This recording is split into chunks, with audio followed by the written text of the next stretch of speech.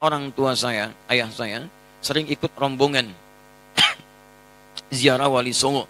Saya takut ayah saya terjebak dalam syirik. Kalau dilarang, ayah tidak mau. Bagaimana saya harus berdakwah kepada ayah saya?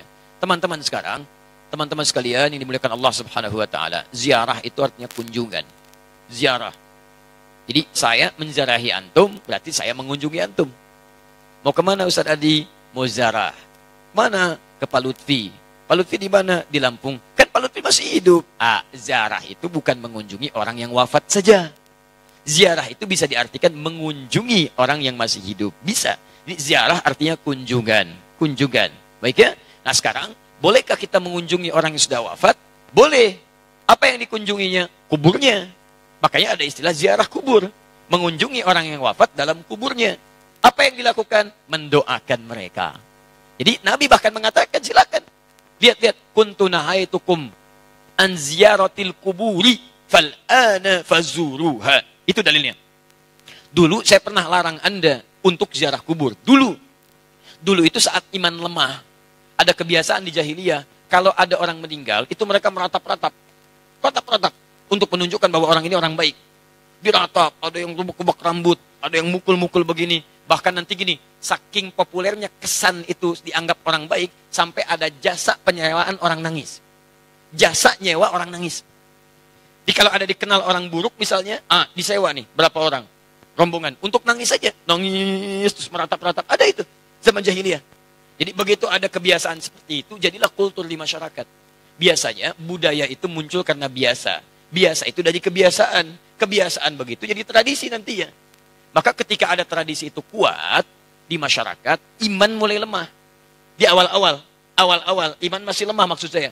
Karena masih lemah, belum ada penguatan tauhid yang kuat, muncul kebiasaan itu, maka dilarang oleh Nabi sallallahu alaihi wasallam untuk sementara waktu ziarah kubur. Larangan datang.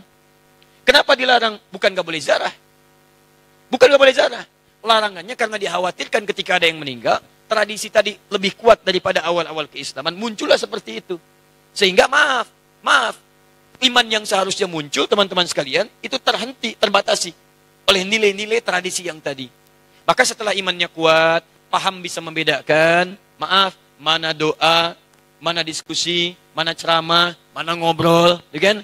Mana kemudian teman-teman sekalian bisa mendoakan dengan baik, mana yang bisa meningkatkan iman, mana yang bisa mengurangi iman. Dari situlah kemudian, ini yang paling menarik, muncullah sabda Nabi, kuntu nahaitukum an ziyaratil kuburi.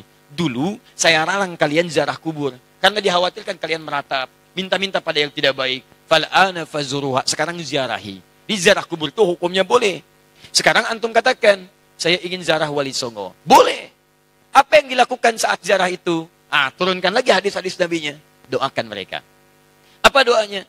Salam dulu. Assalamualaikum ya ahlad diyar. Minal mu'minina wal mu'minat. Wal muslimina wal muslimat. Wa nahnu insya'allahu bikumul lahiqun. Ziarah. Bahkan antum kepada Nabi. Ke Madinah. Ziarah. Begitu setelah selesai sholat Raudhah, antum lewat Babu Salam, lewat itu kan ziarah. Assalamualaikum ya Rasulullah. Assalamualaikum ya Abu Bakrin. Assalamualaikum ya Umar radhiyallahu taala anhuma. Antum ke Baqi ziarah. Assalamualaikum ya ashaban Nabi sallallahu alaihi wasallam. Assalamualaikum ya ahlad diyar. Minal mu'minina wal mu'minat wal muslimina wal muslimat wa nahnu insyaallahu bikumul lahiqun. Datang ke Wali Songo, ziarah. Apa darahnya? Sampaikan salam. Salamnya yang tadi. Setelah itu apa? Itu sunnah Nabi, berdoa.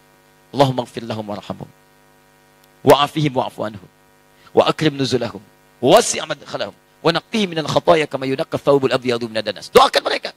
Ya Allah, alirkan pahala pada mereka. Ya Allah, berikan kemuliaan pada mereka yang telah membawa risalah dakwah ke Nusantara. Ya Allah, muliakan keluarganya. Ya Allah, berikan kekuatan ya Allah kepada keluarganya dalam keadaan yang terbaik. Selesai, itulah ziarah kubur. Lalu sampaikan, ya Allah, kami pun sadar kami kapan pun akan diwafatkan. Maka wafatkan kami ya Allah seperti Engkau wafatkan mereka dalam keadaan yang terbaik. Sudah. Makanya kata Nabi, cara terbaik meningkatkan iman, mengunjungi, berziarah, atau ingat pada kematian. Sering lewat alam kubur mengingatkan kita mendekatkan diri pada Allah Subhanahu wa taala. Yang tidak boleh, minta-minta di kuburan. Pegang nisan, kan? Pak, tolong, Pak, cucu saya mau lahiran, tolong. Makanya saya datang ke sini. Antum ngapain datang di situ? Yang di situ saja nggak bisa keluar. Antum itu kayak yang di situ. Itu yang tidak tepat. Jadi yang dilarang itu minta-minta pada yang tidak dibenarkan. Kalau ziarahnya nggak ada masalah. Lalu bagaimana kemudian menyikapi yang seperti ini? Antum bikin zarah. Cari ustadz yang bagus. Datang kemudian, di bis itulah diadakan taklim. Terangkat. Ini loh risalahnya. Saya pernah itu. Ya, tur jejak Islam di Nusantara. Bukan Islam Nusantara, jejak Islam di Nusantara. Beda antara Islam Nusantara dengan jejak Islam di Nusantara. Kami susuri Pak, sampai ke Aceh Pak. Aceh, dari Aceh. Kami kunjungi makam Syekh Abdul Rauf As-Singkili. Datang. Itu saya terangkan taklim dulu. Syekh Abdul Rauf itu masuknya ke Aceh seperti ini. Kemudian menyampaikan begini, risalah Islamnya begini. Setelah itu kita datang. Mana buktinya beliau ada? Kita kunjungi. Sampai ke tempat makamnya dari hanya kuburannya. Masuk ke situ kita berdoa. Saya pimpin doanya. Begini cara berdoanya. Sampaikan begini, begini, begini. Sudah, ayo kita pulang. Saya sampai ke Lasem. Untuk menelusuri jejak Islam di Nusantara ke arah wilayah Jawa Tengah sampai ke Jawa Timur. Nah, ujung Jawa Tengah ke Lasem, saya tunjukkan. Ini dulu ada Sunan Bonang di sini. Teman-teman sekalian, nama aslinya ini. Asalnya begini, ininya begini. Dari mana taunya? Apakah itu fiktif? Ayo kita lihat. Susuri tempatnya. Ini tempat beliau. Ini tempat awal merapatnya. Ini tempat keluarganya. Ini pas sujudannya. Sampai saya hitung berapa anak tangga sampai ke atasnya. Yang merawat tempatnya itu sampai pas sujudannya. Yang merawatnya namanya Pak Abdul Halim. Begitu antum naik sampai ke atas, sebelah kiri. Di situ antum temukan nanti yang pegang kuncinya Pak Abdul Halim. Ketika bertemu dengan beliau, indah sekali. Pak, ini bukan makam ya. Bukan makam. Makamnya itu bukan yang di sini. Ini cuma pas sujudannya. Pas sujudan itu tempat beliau kemudian memetakan wilayah. Berdoa kepada Allah. Minta diberikan kekuatan. Bersujud di situ. Sholat menghadap ke arah kiblat. Seperti Nabi naik ke Gua Hira. Lalu memohon kepada Allah beri petunjuk. Setelah itu berdakwah di lingkungan sekitaran. Makamnya bukan di sini Pak. Tapi yang di bawah. Disamarkan makamnya supaya tidak ada yang mengkultuskannya. Indah keterangannya. Saya ajak jamaah untuk mendengarkan itu semua. Tuh, kan? Sering tertipu kita.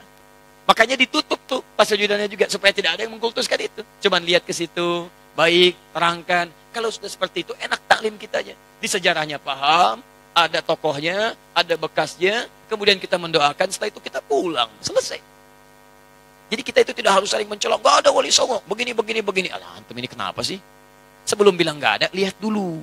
Lihat, pahami, baca kisahnya, pelajari, ambil inspirasinya. Kalau ada yang meninggalnya, doakan seperti antum datang ke makam Uhud.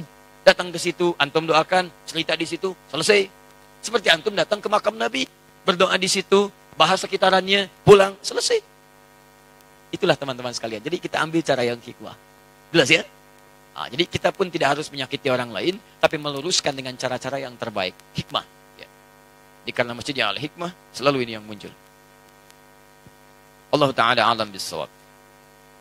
Jadi itu kalau ada sesuatu yang kurang berkenaan, kita cari cara yang lebih baik. Cara lebih baik. Ini sudah kebiasaan, zarah berangkat gini. Kita ketahui ada sesuatu yang kurang baik di dalamnya. Antum bikin zarah yang lain. Cari ustadz yang bagus.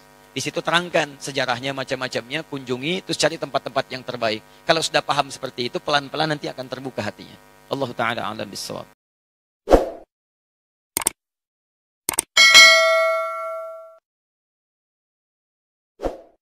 Terima kasih telah menonton sampai akhir teman-teman. Semoga apa yang disampaikan pada video kali ini bisa bermanfaat untuk kita semua.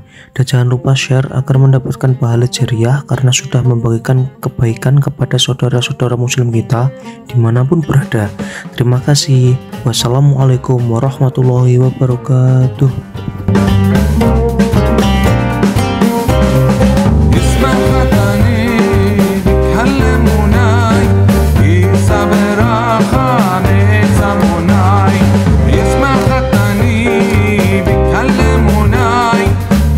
Saber